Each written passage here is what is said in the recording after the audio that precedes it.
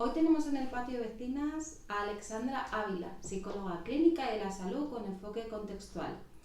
Ella es presidenta del Chapter de Colombia de la ACBS y directora clínica en Balance y Bienestar. Además de esto, también es docente e investigadora en la Universidad de los Andes, Colombia. Bienvenida, Alexandra, mil gracias por estar aquí. Gracias a ustedes por la invitación. Un placer. Bueno, nos encantaría saber algunas cosas que tú tienes que aportar y entre otros campos, Alexandra, sabemos que tienes una amplia experiencia en el manejo del dolor. ¿Puedes contarnos un poco más acerca de qué es el dolor exactamente? ¿O cómo podemos abordarlo también desde la terapia psicológica? Bueno, el dolor, la IASP, o la Asociación Internacional para el Estudio del Dolor, lo define como una experiencia subjetiva. Yo creo que es importante empezar por ahí. Es decir, por más de que se tenga una lesión parecida entre diferentes consultantes, cada uno lo vive de forma distinta, ¿sí? Uno, dos, esa experiencia está asociada con, puede ser una lesión real o no de algún tejido del cuerpo, y está asociada entonces a sensaciones, a emociones y a valoraciones cognitivas, por decirlo así, que hacemos las personas, ¿no?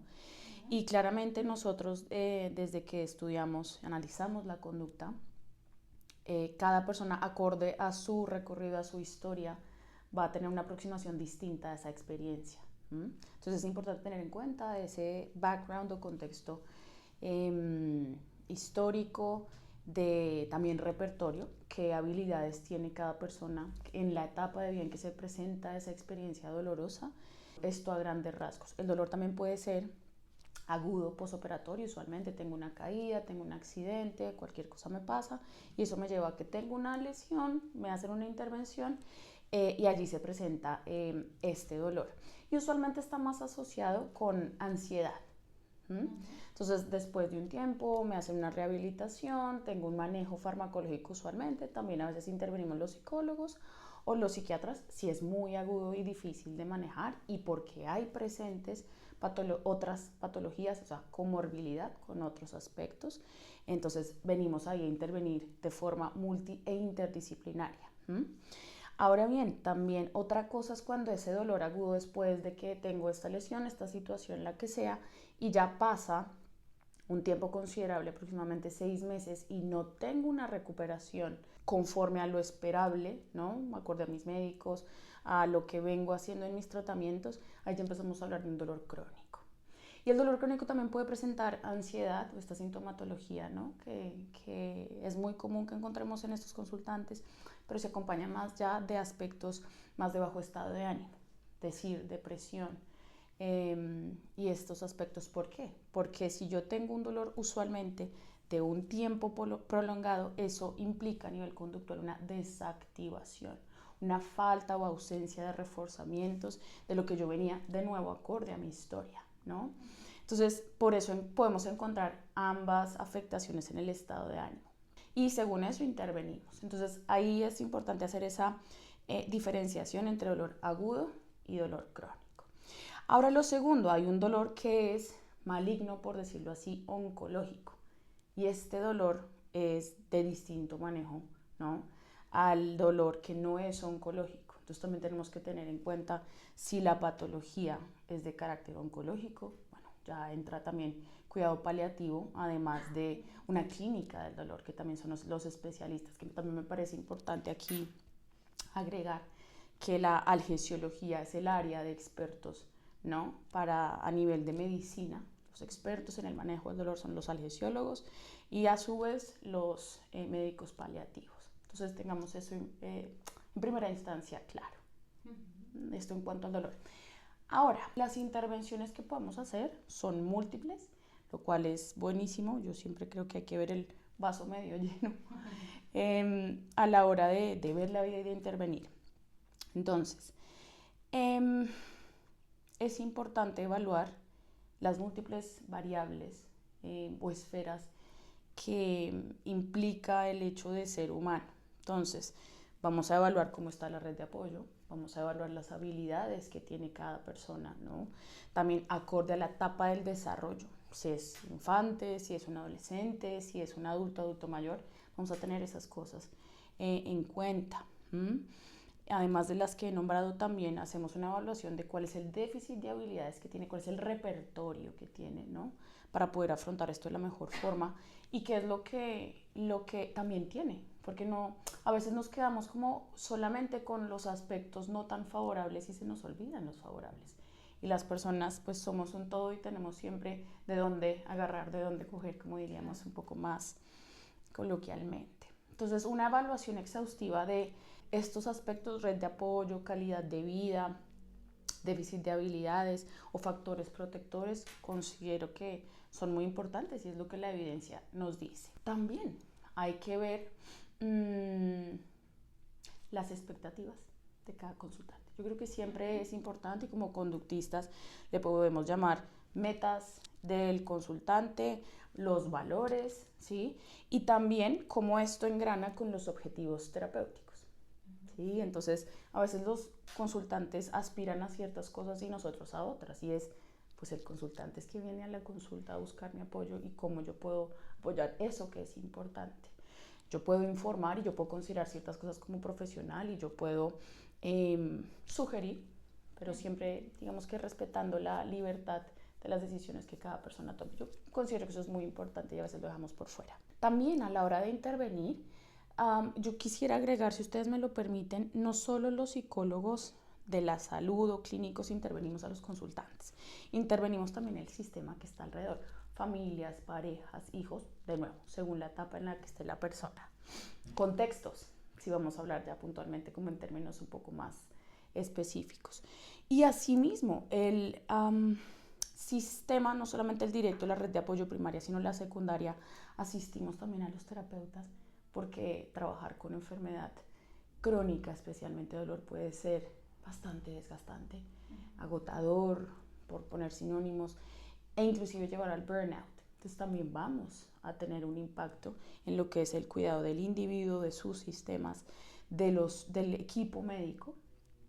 Hace muchos años trabajé en un hospital que aprecio mucho en Bogotá, Colombia, la Fundación Cardioinfantil, y allí digamos que también podíamos tener el espacio, las enfermeras, la enfermera jefe, la médica, el fisióloga, a veces con psiquiatría y mi persona como psicólogo, y nos podíamos sentar un poco como a compartir cuál era nuestra experiencia y también mirar cuál era la mejor forma, ¿no? Hacer un poco consultoría del caso, por decirlo así, y a la vez mirar si alguien tenía alguna dificultad, cómo poder acercarnos a ese caso, a la familia y entre todos aportar de la mejor forma. Otras formas ya más puntuales, si vamos a un poco de lo general a lo particular, yo creo que a nivel individual podemos también mirar, y ya metiéndonos un poco más en el modelo de la flexibilidad psicológica, pues evaluar cada uno de los procesos, ¿no? Que si somos terapeutas ya entrenados y familiarizados con el modelo, nos viene bien evaluar. Entonces, ¿qué falta? ¿Qué está? Y cómo podemos propender por esa flexibilidad psicológica. Ya hablé de los valores, también evidenciar cuál es o qué causa el sufrimiento en esa persona, que es lo que nosotros, cualquier psicólogo, aunque no sea ACT o tenga la perspectiva ACT, quiere aliviar un poco ese sufrimiento y quitar esa carga, ¿no? De ese dolor un poco emocional o existencial que acompaña a ese dolor más físico, por decirlo así, pero que sabemos que implica todo. Entonces evaluamos esos procesos e intervenimos. Otra forma también de intervenir es a nivel grupal. Entonces los grupos, que también podemos aplicar ACT a nivel grupal, vienen muy bien. ¿Por qué? Porque usualmente el trabajo que hace un consultante con dolor crónico puede ser un poco solitario, o sea, la experiencia. Entonces, ¿de quién más se pueden sentir validados, comprendidos? Sí, a veces por su familia o no, o por los profesionales, pero es cuando yo comparto mi experiencia con otras personas que pasan por una situación similar. Entonces, por eso hay una evidencia súper contundente. Es más, ACT, si bien sabemos los que hemos estudiado y entrado en esta pasión por este modelo y la terapia, empezó con mucho trabajo en dolor crónico, ¿no? Y hablando también del impacto a nivel grupal y que yo me sienta parte de un colectivo de personas que pasan por una situación parecida y que entre todos podemos, digamos que, avanzar. Yo creo que además, dentro de lo necesario para poder crear repertorio flexible, cuando tienes una condición de dolor crónico, escuchar al otro ya me hace practicar el proceso de toma de perspectiva, ¿no? Si lo vamos a poner en estos términos, de revalorar un poco de mi situación es esta, el otro está pasando por esto, cómo yo me empiezo a relacionar distinto con este contenido que tengo, con estas voces que me dicen, haz esto, haz lo otro, y que probablemente no es tan efectivo. Entonces, si también, no me lo están preguntando, pero me tomo la libertad de comentarlo, de la práctica que les cuento que hice en este hospital fue genial porque teníamos un apoyo grupal y un apoyo individual. Y esto disparaba, ¿no? Como ambos procesos de tengo mi espacio para poder hablar de cosas que no voy a hablar con el grupo necesariamente porque no van al caso, porque son muy privadas y porque son del espacio de intervención individual exclusivamente. Como también hay cosas que solamente se generaban en la dinámica grupal y que eran perfectas para exponer a estos momentos de malestar emocional, de rigidez, de salía ahí como toda esta operante y era perfecto, y como ya lo veníamos manejando en individual, era perfecto tomarlo no como algo que tenía que salir de eso, sino está perfecto esta oportunidad, de nuevo, cambiando ahí, ¿no? Las funciones, es una oportunidad más en un espacio seguro para exponerme a eso que tanto me molesta, que no me va, y transformarlo en ese espacio seguro y con ayuda de los demás. Entonces, si se pudiera proponer, que obviamente no estoy yo, no se me está ocurriendo en este momento, pero ya nos dice la evidencia, y cuando tú lo haces en tu práctica, hace todo el sentido. Entonces, sí podemos intervenir, y hay múltiples formas, como acabo de decirlo, de intervenir a los consultantes, a sus sistemas y al equipo de personas. También se trata de una aproximación que también nos encargamos los psicólogos junto con otras personas a nivel de política pública. También, ¿cuáles son? Porque esto también suena muy ideal. Yo trabajaba en una clínica privada donde me era permitido esto, pero no dejemos, digamos que de lado que quizá no sea el escenario de muchas personas en distintos países del mundo, ¿no? Háblese de Latinoamérica, Norteamérica, Europa, puntualmente acá España, que estamos nosotras. Entonces, me parece importante que hagamos estas intervenciones, que las evaluemos el impacto, es decir, hagamos investigación, porque les vengo hablando mucho de una intervención clínica, pero la intervención también tiene que ir acompañada de una recopilación o recolección de data, digamos que un pre y un post, de comparar grupos, pero también algo longitudinal. Y si hacemos eso, si unimos fuerzas, si nos agremiamos, en ese sentido estamos construyendo una evidencia contundente para a los que toman las decisiones, decirle, esto funciona, bajo como estos preceptos. Bueno, nos acabas de exponer, ¿no?, cómo sería qué es el dolor, cómo sería una intervención desde los diferentes contextos, ¿no?, interdisciplinar, familiar, y también trabajar, ¿no?, con los profesionales que trabajan con los consultantes que tienen esa situación. Pues un poco para cerrar con ello, ¿no?, poner un poco la guinda al pastel, preguntarte si consideras que hay algún comportamiento que puede favorecer la mejoría de estos consultantes o su calidad de vida, es decir, ¿qué podrían hacer ellos? Se nos ha ocurrido preguntarte, por ejemplo, el sentido del humor, es una variable que puede tener que ver. Sí, muy buena pregunta, y por supuesto, esta es muy pertinente porque justo hace muchos años, cuando doy contexto, yo estaba terminando mi carrera, entonces estaba a final de la facultad, y empezando además la maestría, como que se juntaban ambas cosas porque eso se podía hacer en mi universidad donde estudié. La persona con la que yo estaba haciendo la investigación, o sea, la investigadora principal, empezó a hablarnos en el semillero de, oigan, ustedes saben que una estrategia de afrontamiento para el dolor es el sentido del humor. Y pues los que estamos en el semillero como, ala, qué interesante, como que un poco por instinto lo puedes hallarle lógica, pero cuando ya se empieza a estudiar y a entender un poco nosotros en qué es el sentido del humor y cómo se puede definir, puede ser una estrategia de afrontamiento que te ayuda o no. Depende. Diría nuestro grupo español, Jarabe de Palo, ¿no? Y tal cual como conductistas y como personas que aplicamos contextuales según cómo se mire, según el contexto. Entonces, ¿el humor puede servir? Sí, según la función que tenga. Entonces, ¿por qué? Porque el humor tiene distintos tipos, por decirlo así. O sea, el humor per se me permite, si una persona tiene sentido del humor, ya estamos contando con una inteligencia y con movimientos per se que apuntan a la flexibilidad. Toma de perspectiva, de fusión, si lo queremos ver así. Digamos que puede haber una discriminación yo contenido, yo contexto, etc. Ahora bien, si es una primera acción que me permite hacer eso, no necesariamente es una acción que me permita actuar en pro de mis conductas importantes, porque a veces puede ser de forma sutil o muy evidente una estrategia de evitación. Es decir, voy a la consulta para aterrizar esto, voy a la consulta con mi terapeuta y lo que hago todo el tiempo es hacer bromas sobre lo que me pasa y estoy evitando hablar de lo que necesito hablar, estoy evitando sentir lo que necesito sentir, valga la redundancia de lo que estoy diciendo, para poder afrontar de la mejor forma. Esa es una forma de verlo.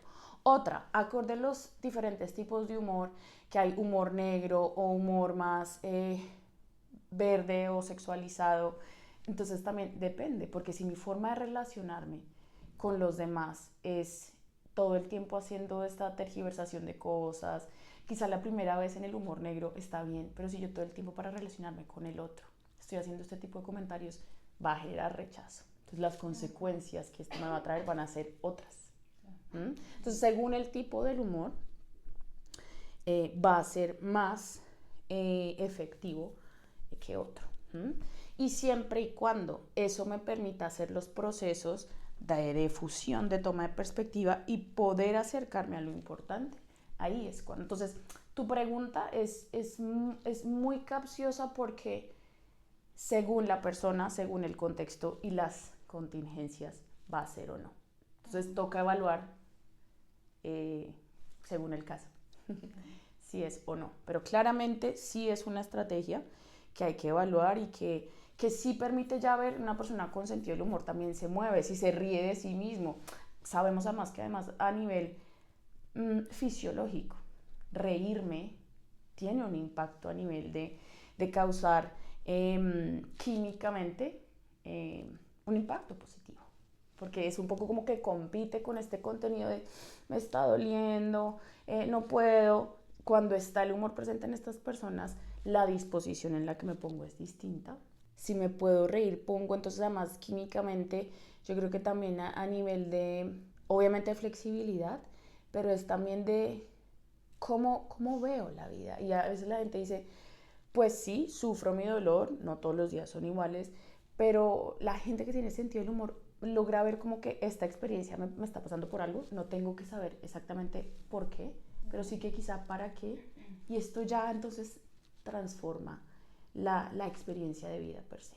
Eso diría en cuanto a esta pregunta, porque también podríamos quedarnos acá profundizando, pero a grandes rasgos esto es lo que les pudiera responder. Alexandra, nos gustaría centrarnos en este momento de la entrevista un poquito más en tu propio papel como líder, porque además de ser docente universitaria y clínica, como ya hemos introducido, tienes tiempo y ganas para dedicarte a ser la directora, como hemos dicho, ¿no? del capítulo de Colombia, de esta asociación importante, Contextuales.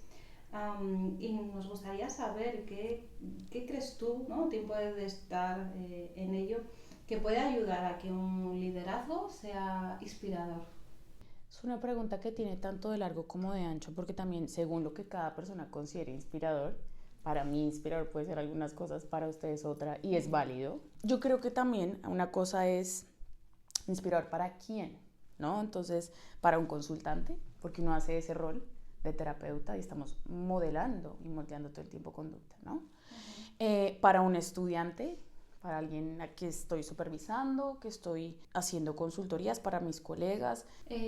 Bueno, quizá podríamos matizar y más que inspirar podría ser transformar, transformar quizá la sociedad, las personas a las que se rodea. Es verdad que no, es difícil porque, como bien dices, depende de quién sea, ¿no? Pero quizá hablamos más en un sentido amplio de la sociedad o profesionales, ¿no? Personas que dirigen empresas, ¿no? O sea, cómo marcar una diferencia, ¿no? Cómo ser una líder que realmente deje una huella y aporte, ¿no? Más en este sentido. Sí, y ahí también entraríamos, y perdón si me pongo ahí como ponzoñosa, pero como, bueno, y cómo definimos también el liderazgo, ¿no? Como lo veo en este momento, esto también se ha transformado quizá a lo largo de mis años de experiencia y de vida, por supuesto. Entonces, en este momento, consideremos o podemos definir a nivel de conducta, liderar quizá puede ser personas que tienen una responsabilidad, más que un cargo, considero yo, tienen un rol, y ese rol es un poco poder ver cómo otras personas que hacen parte de ese equipo, porque sí es vital, si se va a liderar, pues tener un equipo. Uno. Dos, poder confiar. Entonces yo empezaría a decir, por medio de estas palabras, la confianza, entonces la capacidad de poder delegar y un poco definir, ordenar y poner estrategias con cada una de esas personas de su equipo, y en pro de objetivos comunes.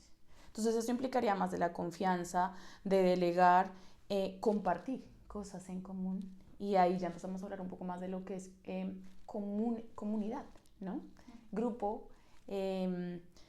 Y si entonces estamos con esos objetivos en común, claros, con este equipo de personas, yo creo que empieza a andar cualquiera que sea la moción que se está liderando. Otra cosa que considero que es vital a la hora de transformar, decías tú, un poco a nivel de impacto social, yo creo que el liderazgo es una conducta que también uno aprende.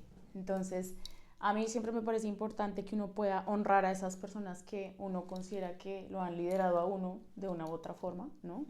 Y hay, bueno, muchos políticos, expertos, digamos, en distintas áreas de las cuales uno, consciente o inconscientemente, está imitando conductas que uno considera que son más efectivas que otras. Entonces va alineado con tus valores. ¿Y por qué digo esto? Porque alrededor de ACBS u otras cosas que yo ya he podido tener este rol, cuando está como esa certeza, y certeza entre comillas, pero está como esto en común, este objetivo en común, eso ha permitido que junto con todo mi equipo, y inclusive hemos hecho trabajos no solamente en el chapter de Colombia, sino que compartimos con otros chapters del mundo, puntualmente de América Latina, es que somos varios grupos con las diferencias que tengamos, socioculturales o las que queramos, políticas inclusive, no pasa nada, pero es cómo converger con diferencias en puntos en común y cómo apoyarnos. Entonces considero que el liderazgo también tiene la apertura, ojalá, o sea, esa es otra conducta, una apertura a que hay una realidad y poder tener la capacidad de aceptar esa realidad y hasta qué punto puedo cambiarla. Porque no, o sea, creo que también es entender que hay limitaciones, que el rol implica algunas cosas, pero no me puedo encargar de todo. Creo que por eso delegar es una palabra que inclusive me ha costado, pero la he aprendido. Creo que también hay que decirlo. Y también creo que tener la capacidad de crecer y aprender del otro. Creo que entonces eso sería algo muy importante a nivel de transformar y de liderar. Tener la capacidad también de percibirse vulnerable, porque conectar y comunidad es podernos ver en nuestro mejor lado, en nuestra luz, y también aceptar y entender que hay cosas que nos cuestan, que hay conductas que todos evitamos, que todos podemos ser más o menos rígidos, y tener esa conciencia también ayuda a que yo pueda conmigo misma evaluar y que pueda con el otro evaluar también en qué está muy bien y validarlo, en qué hay que mejorar, y seguir un proceso. Entonces también creo que tiene que ver con tener la capacidad de ir creciendo e ir paso a paso alcanzando esas metas, y que está bien las que alcances y las que no, y que también siempre llega, y ojalá, yo creo que eso es algo que hablaba el otro día con una colega que ha hecho un trabajo estupendo en un liderazgo que a nivel académico, y que también decía, ya es el tiempo de cambiar. Creo que también esa es otra, aprender a soltar, pues ser otra conducta importante en liderar. No te puedes quedar 800 años haciendo lo mismo. Da aire, deja que entre, deja que se renueve, y entonces también apertura al cambio. Pienso que esas son, sí, estoy como ahí enumerando varias cosas que considero importantes a nivel conductual para liderar. Eso es lo que considero a otro poco, que nos encontremos en 20 años y te diga otro rollo, pero eso por ahora. Sí. Sería también signo de que tienes esa apertura al cambio también, ¿no? Y estás abierta a que entre aire, como dices.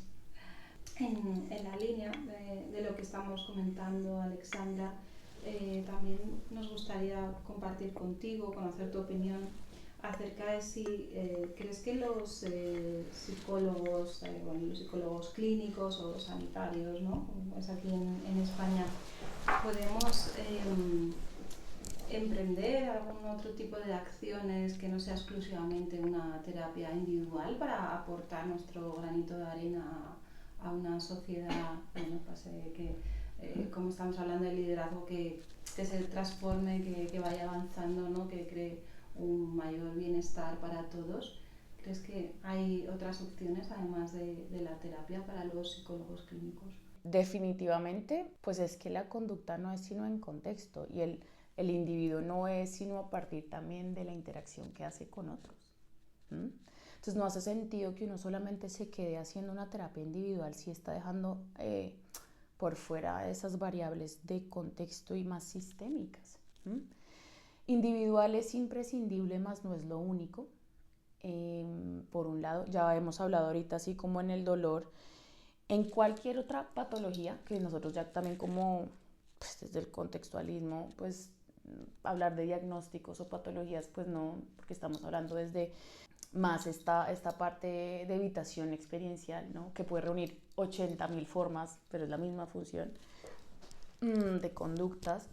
Yo creo que a nivel grupal, que era al punto que iba, que ya como dijimos en dolor, para cualquier otra problemática, puede venir bien estos grupos de apoyo, digamos que según esa homogeneidad de las problemáticas. A nivel de políticas públicas, a nivel de formar en este enfoque que tenemos, o en esta aproximación, que esta palabra también la podemos discutir más que enfoque, en esta aproximación, en este modelo, formar a otras personas y no solamente profesionales, porque pensamos que salud mental solamente le impacta o el psiquiatra o el psicólogo, no. O sea, imprescindibles los educadores.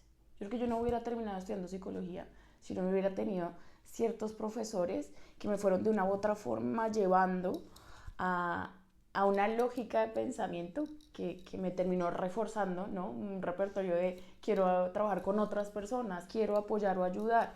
Entonces, a lo que voy es los maestros, los profesores, desde kinder, ¿no? Desde el jardín, primaria, esa infancia que estudiamos nosotros y la adolescencia de esos primeros años, yo creo que son imprescindibles. Entonces, los psicólogos que están ahí, todos los educadores, porque no solamente los profesores, los educadores, todo el sistema educativo, ojalá fuera entrenado en esto y les diéramos habilidades, porque a veces no es necesario que los niños o los jóvenes vayan a una terapia individual. Si los profesores tienen la sensibilidad de identificar quién la está pasando mal, quién necesita, qué, cómo, cuándo y qué medios, ya ahí estamos interviniendo, ya estamos haciendo una prevención, porque dentro de salud y dentro de clínica hablamos de eso. Promoción de la salud y prevención de la enfermedad, ¿no? Entonces yo creo que esa sería una forma en que nosotros pudiéramos intervenir. Otra, y lo que hoy en día ustedes lo están haciendo y muchas otras instituciones y grupos de terapeutas, el impacto en las redes sociales. O sea, si hay algo en lo que podemos trabajar es en crear contenido basado en la evidencia, ¿sí? No en una ocurrencia pues a partir de un insomnio, como le pasa a muchos creadores de contenido, y acá me lancé al estrellato. No, o sea, no, si vamos a hablar de salud mental, personas que tengan una base consolidada desde una experiencia, desde una formación comprometida y rigurosa, ¿no? Entonces yo creo que sí, la creación de contenidos que aporten, que informen, no que desinformen, porque también pasa mucho eso, es vital. ¿Mm? Y yo creo que formar en las diferentes disciplinas es importante, no solamente de psicología, de nuevo, también a los enfermeros, por ejemplo, en los hospitales, enfermeros, o sea, todo esto cuando yo hablo de equipo multidisciplinar, porque uno puede estar en equipos multidisciplinarios, pero no hacer un trabajo interdisciplinar. Son distintos. Y eso se ha visto toda la vida. O sea, hay de todos, pero interdisciplinar es que nos conectamos y creamos este trabajo en común, como ahorita estábamos hablando. Entonces yo creo que sí, escribir libros sirve. Contenido, entonces no solamente del video, sino hay gente que lee blogs, hay gente que lee los libros. Películas también, hoy en día, música, por favor, el arte es imprescindible.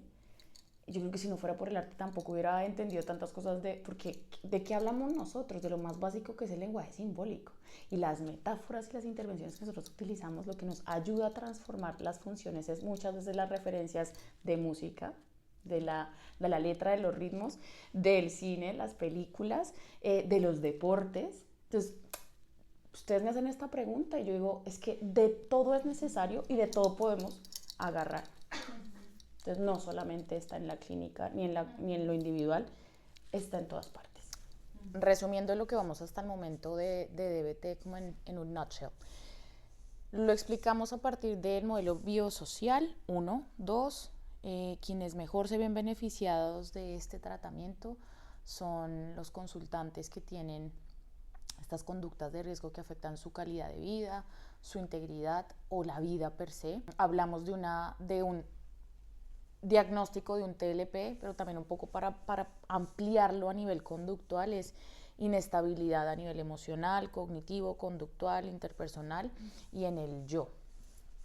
En esa misma línea hay evidencia muy contundente desde que se empieza a implementar DBT, además de TLP, hay mucha comorbilidad con ¿qué? PTSD, trastorno de estrés postraumático, trastorno de la conducta alimentaria, también trastorno por abuso de sustancias y trastorno afectivo bipolar. También en depresión muy resistente hay evidencia de que es muy contundente. Y ustedes me preguntaban ahorita también por qué otra población. Esto hoy en día DBT tiene múltiples implementaciones a nivel de escuelas. A nivel, o sea, primaria, no sé si aquí se le dice primaria, ¿cierto? Sí. También de secundaria, es decir, para adolescentes. ¿Por qué? Porque ahí ya cada vez es más alto. En Colombia, por lo menos, tuvimos casos reportados en Bogotá, de donde yo soy, de Ibagué, niños de 8 años con conducta autolesiva o con conducta en contra de la vida. Y esta es una cifra que les doy, pero esto no es anécdota ni más faltaba, pero esto está pasando en todas partes del mundo. Entonces, pues obviamente esto nos pone alerta de cada vez tenemos que implementar, que es lo que quiere hacer DBT, que ya voy a hablar de eso, las habilidades básicas de regular las emociones, de tolerar el malestar, de efectividad interpersonal, de conciencia plena, mindfulness, que al final podríamos establecer bastantes equivalencias desde la terapia de aceptación y compromiso. De nuevo, toma de perspectiva, ¿no? Percibirme yo como contexto más allá de fusionarme con mis eventos privados, en poder ver con claridad qué es lo importante para mí, mis valores. En DBT hablamos de metas y qué es lo que se interpone o me aleja, ¿no?, de esas metas, y ahí viene DBT a establecer objetivos muy puntuales, primarios, los cuales son disminuir conductas en contra de la vida, de la integridad y de la terapia. ¿Por qué? Porque si yo llego a donde mi terapeuta y percibo que la mayoría de personas no me entienden, que además me han invalidado, ¿no?, durante tanto tiempo, va a ser difícil que yo me adhiera a un tratamiento, va a ser difícil inclusive cosas que si uno no hace DBT a veces es muy difícil de entender. Los consultantes te manifiestan, no me gusta que me valides mi experiencia. Uno, que tú te quedas, wow, después lo vas entendiendo. Otra cosa es, no están familiarizados con un repertorio de emociones más positivas, por llamarlo así, o más apetitivas. Entonces, yo tenía hace poco un consultante, veníamos trabajando mucho y me dijo, por fin entendí que la alegría, por más de que yo la evite, porque no quiero ponerme tan alegre porque al final sé que me voy a poner triste de una u otra forma, entonces para qué me alegro, me pongo feliz. Pero dijo, al final, ¿para qué sigo peleando con eso si yo ya sé que la alegría va a estar, así me la gane, no me la gane? Entonces, ¿a qué voy? Con que DBT cumple, al igual que ACT o FAP, que nosotros nos venimos entrenando en todo esto, en poder ampliar ese repertorio, esas reglas, ¿no? Esto que también habla mucho el trastorno límite o las personas con esa desregulación emocional crónica, que es un pensamiento muy polarizado, o sea, reglas muy rígidas de todo, nada, blanco, negro, y pues sabemos que eso tiene un costo muy alto para que una persona pueda adaptarse a lo que es la vida y la realidad, que es cambiante, que está llena de incertidumbre, que está llena de variables que no podemos controlar. Entonces, volviendo a la efectividad y a qué poblaciones, entonces, además del TLP, de las comorbilidades que les dije, en colegios para niños o para adolescentes, en las universidades también se están implementando programas muy contundentes de entrenamiento en habilidades, y en población carcelaria es súper contundente. ¿Por qué? Porque cuando ya estamos hablando de una desregulación severa y que tiene todas estas comorbilidades, ¿qué terminan haciendo las personas? Conducta de riesgo como robar, conducta, digamos, de manejo temeraria, o sea, cojo un carro y le meto 200 kilómetros por hora, pues en qué termino, en accidentes, todo el consumo de sustancias y pues la alteración de la realidad ya genera probablemente dinámicas afuera bastante complejas. Y en los peores de los casos, puedo matar a alguien, porque además, ¿qué pasa? Dentro de los criterios diagnósticos, y si una persona está bajo trauma, bajo sustancias, pues es muy fácil también que tenga episodios psicóticos, de alteración de la realidad, de despersonalización, de disociación, y bajo esos estados, de nuevo, el control de impulsos es bastante complejo, entonces pueden terminar inclusive en estos lugares, como les decía, población carcelaria. Hay evidencia muy contundente que les ayuda, ¿no? Un poco a regular. Para dar un poco de nuevo, que DBT es demasiado también, pero ¿en qué se enfoca o en qué discrepa o en qué es distinta con otras aproximaciones? DBT sugiere jerarquiza, ¿no? En esos objetivos primarios de disminuye al máximo ese descontrol conductual. Es decir, si yo logro que el paciente disminuya sus conductas en contra de la vida, de la integridad y de la terapia, si logro esa adherencia y ese compromiso y esa motivación constante, desde la irreverencia, pues si el paciente se mata, no tengo paciente y no puedo hacer DBT. Si el paciente está con vida, puedo hacer DBT, y si hago DBT, voy a encontrar valores, metas y cambio conductual, ¿sabes? Entonces, ahí estoy como lanzando diferentes cositas que DBT con múltiples estrategias, se le llama, de comunicación y de manejo de caso, permite como hacer balance entre el cambio que le voy a pedir al consultante, como también validarlo un montón, entender su experiencia, entender por qué hay todo un aprendizaje y un condicionamiento importante. Entonces, cuando la persona también empieza a entender, no es que sea por loca o porque sí, sino la conducta, aunque uno no la sepa, tiene razones detrás, tiene funciones. Nosotros tenemos que, con los consultantes, entender esas funciones y validarlas hasta cierto punto. Una cosa es que funcione, otra cosa es que sea efectivo. Y ahí es cuando uno empieza a decir, pues no es efectivo ni la rumia, ni cortarme. Funciona así porque quizá te quita el dolor, que es lo que hacen muchos de los consultantes que dicen, yo me corto porque eso me ayuda a liberarme del dolor emocional, ¿no? De tanto estar acá en mi cabeza. Claro, pero pues si eso se empieza a generalizar, ¿cuáles son las consecuencias? O si cada vez que estoy en un problema, mi única, porque lo que les decía ahorita, estoy tan activado emocionalmente que no puedo pensar con claridad y la única solución a mis problemas es matarme. Eso también es otra como de las situaciones que pasan con los consultantes. Entonces, lo que queremos es, a partir de jerarquizar, entonces, primera fase del tratamiento, ese descontrol conductual. Cuando yo ya logro eso, puedo pasar a un segundo nivel, que es ese descontrol emocional. Trabajo todo lo que le llamamos ansiedad, depresión o el trauma. ¿Por qué? Porque el trauma, a veces, si esto no se evalúa y no se maneja, sabemos que esto va a ser un impedimento para construir esa vida que valga la pena ser vivida con sentido. ¿Por qué? Porque el trauma es estoy atorado o atascado en un evento que generó ciertas reacciones en mí, y no logro salir de eso. O sea, estoy totalmente fusionado con eso. Entonces, desde DBT nos dice los lineamientos. Y ojo, yo aquí estoy tratando de establecer varias equivalencias para las personas que digan, vale, yo entiendo DBT y quizá quiero entenderlo desde DBT ACT y desde DBT, pero son distintas. Las bases también, ciertamente hasta cierto punto, comparten el cambio conductual, un análisis de la conducta y tal, pero yo creo que también es importante establecer que son aproximaciones que convergen en cosas, pero que también discrepan en otras.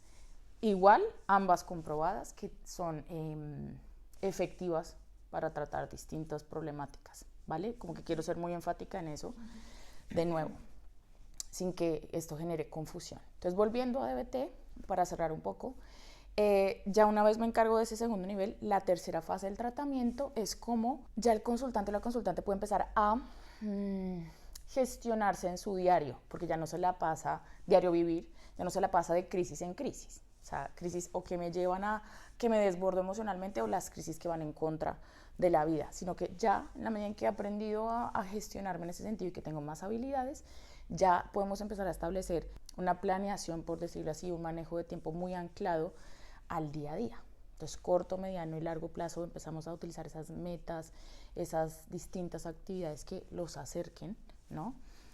A eso valioso. Y ya el cuarto nivel, que yo creo que a mí me voló la cabeza cuando estaba aprendiendo DBT, que sigo aprendiéndolo, pero cuando por primera vez me entrené, es que esa cuarta fase habla de la trascendencia de la vida y sentirme conectada con un propósito mayor. Yo creo que eso también complementa mucho, porque una cosa es una meta de, no sé, me quiero graduar de la universidad, vale. Pero otra cosa es cuando uno dice, estoy conectado conmigo mismo, estoy conectado con el otro y estoy conectada como con la vida y con un sentido más allá. ¿Saben? Que esto ya toca un poco, ciertamente, variables relacionadas con la espiritualidad, con el existencialismo, con cuestiones filosóficas, espirituales y tal. ¿Y cómo podemos? Yo creo que eso es crear un repertorio amplísimo de múltiples habilidades y de cómo uno se concibe a uno mismo, por resumirlo también muy a grosso modo. Entonces, en esas fases es como DBT te dice, jerarquiza los objetivos de esta forma, o sea, evalúa lo de más riesgo para después irte hacia los otros escalones, todos son importantes, pero porque DBT dice, vete al primero y saca al consultante del riesgo, porque es que si no tengo consultante, pues no voy a hacer nada. Entonces, eso es a grandes rasgos DBT. Para ahí me voy de ñoña con cifras, la relación del diagnóstico de un TLP entre hombres y mujeres, por lo menos lo que dice la evidencia es de 3:1. ¿Sabes? Por cada 3 mujeres diagnosticadas con TLP hay un hombre, 1.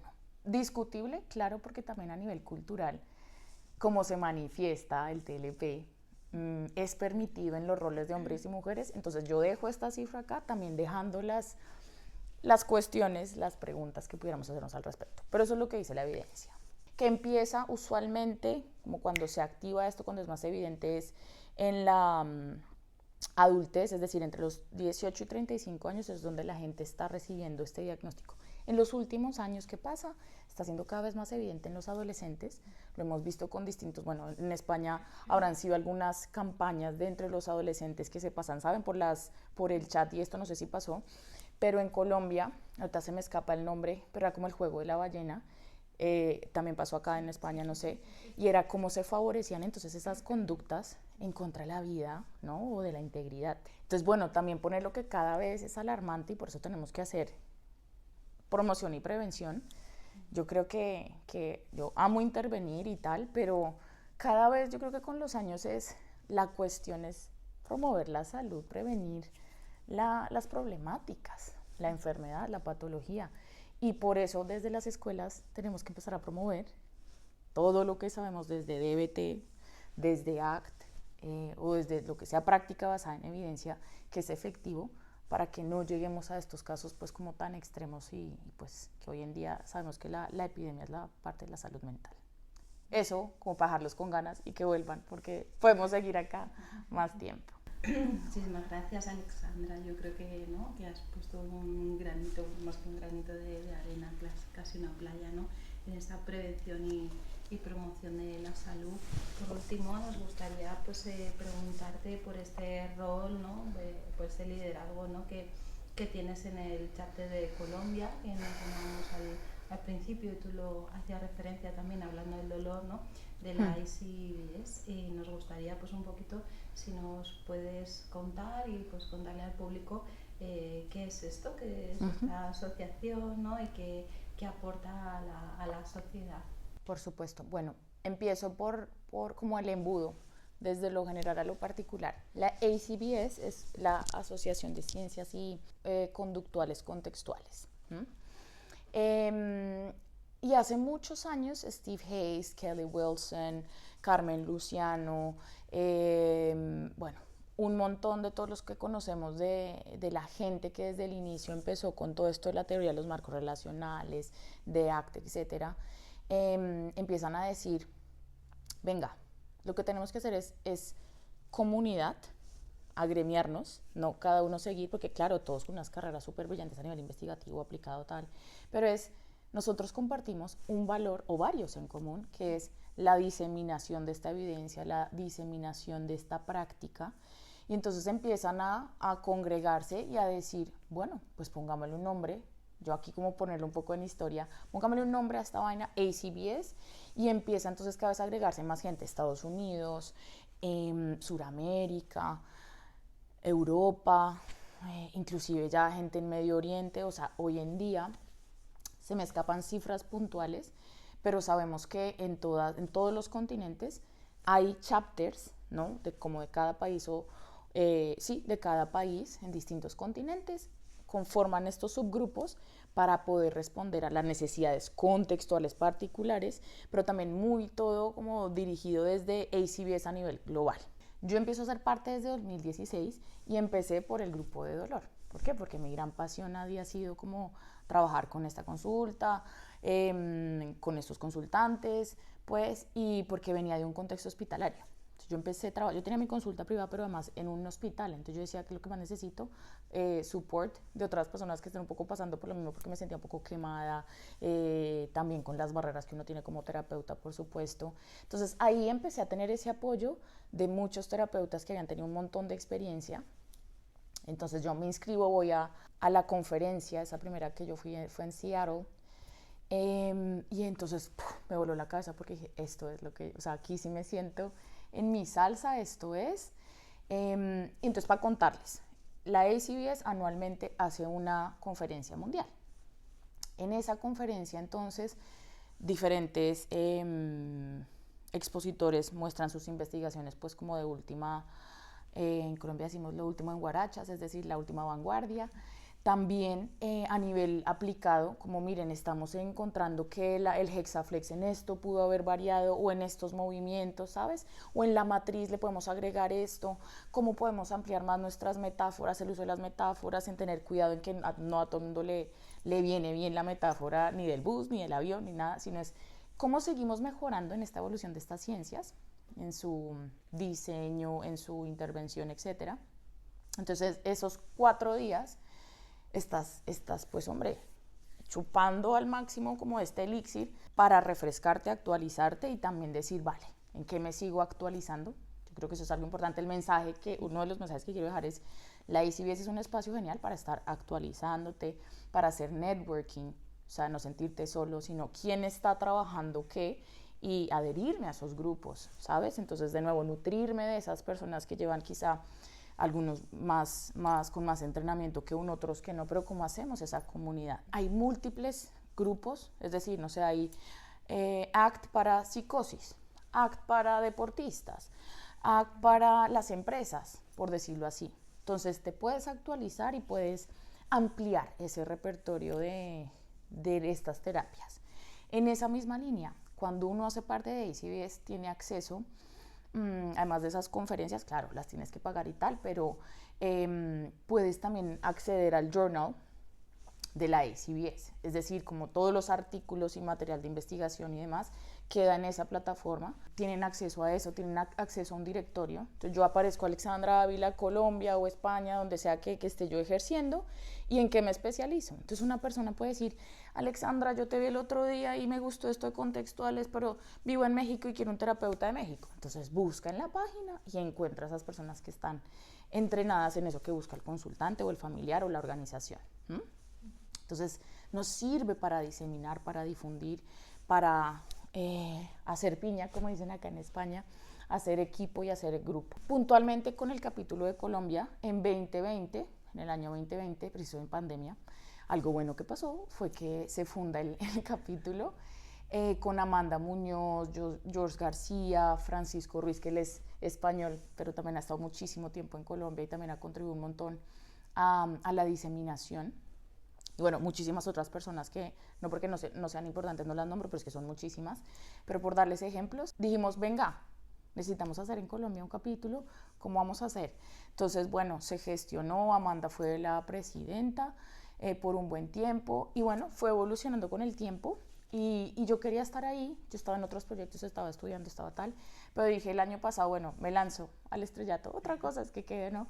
Pero listo, y bueno, todo se dio y hicimos un equipo, una junta increíble con otros colegas y profesionales donde compartíamos entonces mucho estos valores de decir cómo vamos a promover estas ciencias en nuestro país, ¿vale? Entonces ha sido un proceso muy interesante en cambiar un poco esto de, yo creo que uno solo no llega a ninguna parte, somos seres humanos, somos gregarios, necesitamos de los demás.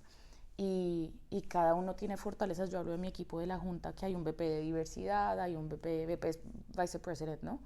De diversidad, de prácticas, de investigación, de estudiantes, hay un secretario y esto y yo, y esto es la convergencia de la mano de todos, de pensar de distintas estrategias y tal, nos ha llevado a empezar a decir, bueno, nos hemos organizado, nos hemos puesto un plan de objetivos, de metas puntuales y empezar a ver cómo vamos entre todos jalando hasta que ya el chapter esté diciendo, vale, esto sí está funcionando. Y entonces ya gente de diferentes partes, porque no solamente es Chapter Colombia, cualquiera que haga parte de la ICBS puede hacer parte del capítulo de Colombia o de cualquiera.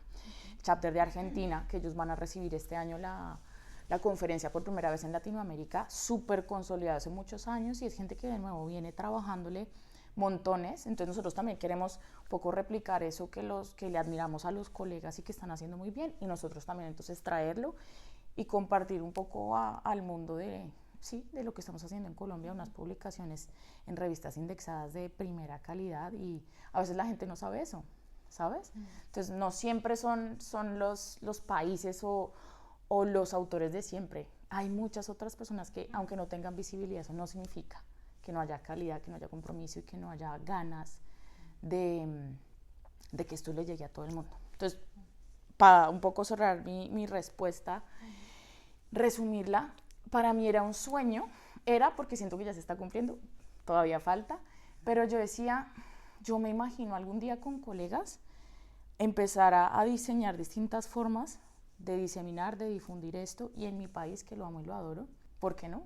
Entonces estamos uniendo las fuerzas para que esto llegue a todas las regiones de nuestro país, de Latinoamérica y del mundo. Y ahí la cereza del pastel. Sí. Pues nos vamos a quedar con ese mensaje de unir fuerzas, ¿no? De hacer ciencia y todo lo que has compartido, que es sumamente valioso, ¿no? Seguro para profesionales, psicólogos y para toda la gente que seguro que está deseando, ¿no? Escucharlo, todo lo que nos has contado, ¿no? Y gracias por tu apertura, por tu cercanía y por ese conocimiento sumamente riguroso. Así que una vez más, gracias, Alexandra. A ustedes, muchas gracias por la invitación y bueno, espero verlos a todos pronto por ACBS, por medio de ustedes y que sigamos haciendo estos eventos. Yo creo que valido un montón que la gente esté haciendo estos emprendimientos, estos proyectos, porque eso es lo que necesitamos. Entonces, gracias.